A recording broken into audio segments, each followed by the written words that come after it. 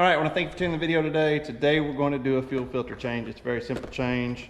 You're going to need a TP1015, and it's got an O-ring and a filter in here.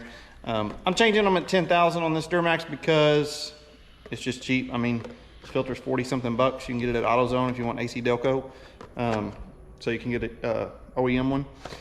And for that price, I'll just change it at 10,000. I don't know what it looks like. We're gonna get on here today. We're gonna pull this thing out and see what this filter looks like at 10,000 miles. But for that price, you know, compared to like the Ford pricing on fuel filters, where you've got to buy the whole cartridge and all that stuff, what this costs, yeah, I'll change it every 10. Okay, so optional tools that you're gonna need. You can go on Amazon. You can use a crescent wrench, pair of pliers if you want, but you can buy this 36 millimeter socket on Amazon for probably like, it was 12, 15 bucks. Actually goes right up on the bottom of that plastic cartridge, so you don't have to worry about stripping that out. You will need a T40 to drain it. And then I've got an extension, 3/8 ratchet, a little can to catch it in, and I know y'all are gonna laugh. Totally optional, but I'm tired of getting diesel on my hands, smelling like diesel, so as you can tell, I'm not really planning on getting too dirty today. Got my blanket laid under here.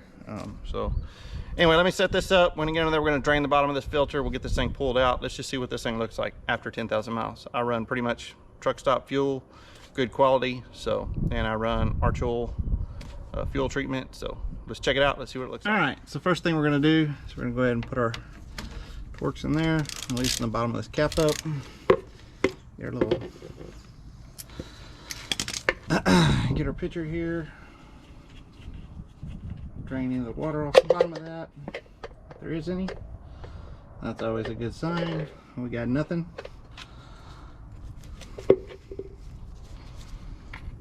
Put that back in, and then put your socket on here.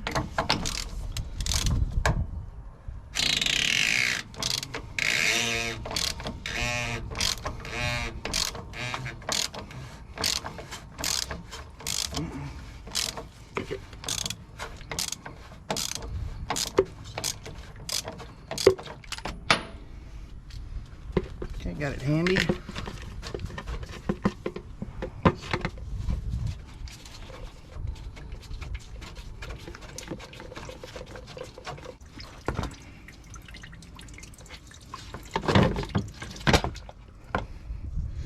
All right, we've got it in the pitcher. All right, y'all, so the filter does not look bad at all.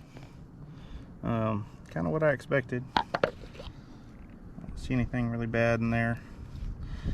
So anyway, probably could have went a little bit longer. Probably could have done 15, but oh well, like I said, for the price, I'm gonna go ahead and change them at 10. Very clean on the inside. You can see the white in there. So we're a whopping 5 to 10 minutes into this process. We got this off, got the filter out. I did clean this out, and you know, this is when it comes to the details. You know, make sure you use a lint-free rag. Clean this out. You don't want any lint in there, anything. And then you're gonna take this O-ring off right here. Pop that out, and then look at your filter box here. You're gonna have a new blue O-ring for the filter can. There's also a little bitty O-ring in there for the bottom of the drain. So you want to take both of those and replace both those O-rings. But this is kind of one of the things that you're gonna do that nobody else is probably gonna do. You know, I always put a little bit of oil on my O-rings. Done it forever. You know, it's just the extra steps you can do when you do this stuff by yourself. I mean, you're probably looking at a 15 to 20 minute job total for you to do this at home. So, got the new O-ring on there. All that's good. It's in the groove. Okay, same thing on the filter here. We've got an O-ring on the bottom of this filter. So we're gonna take it, just put a little oil on the bottom of that filter right there. And then you're going to seat that into here and push it in until it sits in the bottom, just like that.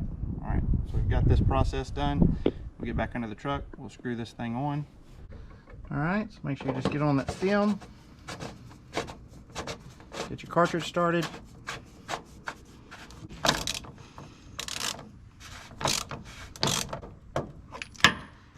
Okay, so this is the part of the video that I tell you kind of why I do the fuel filters on my own, because this is the part that's very important, okay? All the new diesels have very high pressure fuel pumps that are very sensitive to not getting fuel right. The fuel is what lubricates them. I mean, we're talking very high pressure, 20,000 plus.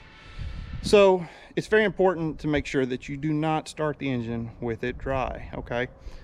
I don't know, a lot of lube shops, you know, they just fire them up, crank them. Sometimes it'll be all right, whatever, they can do what they want to do. That's not what I'm going to do. That's why I changed my own fuel filters. Whether it's a Ford, a GM, it doesn't matter, because this is a very important part right here. So what you're going to do is you're going to get in the truck, and you are not going to touch the brake pedal, okay? You're going to hold your start button down.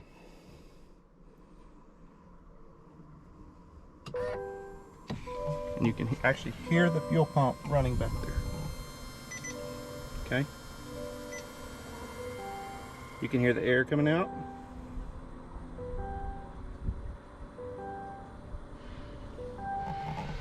Okay? We're going to repeat this process a few times, and what it does is it starts the pump, it gets the air out of the fuel filter and pushes it back out the return line, back into the tank.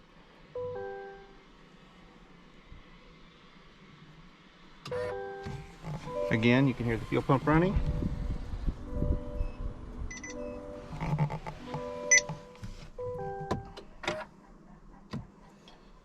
Okay.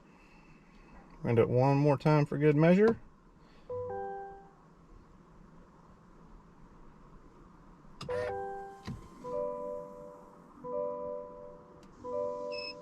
Okay. Fuel pump sounds good. I don't hear any more air coming out of it. So then we're going to go ahead and do a start. So we'll push the brake and fire it up. Okay. Now what we've got to do is we've got to go check our fuel filter. Let's see what level it was at before.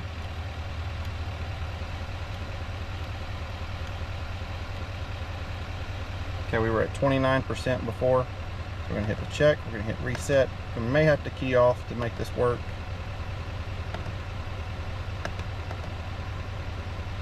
Okay, I think you do have to key off to make this work. So let's turn this off.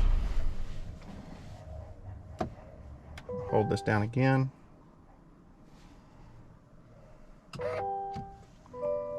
Okay, we got it. It's 100% reset. Fuel filter is good to go. All right, so that's going to be it for the fuel filter video today. If it helped you any, please hit that like and subscribe in the bottom right hand corner, and we will catch you on the next video.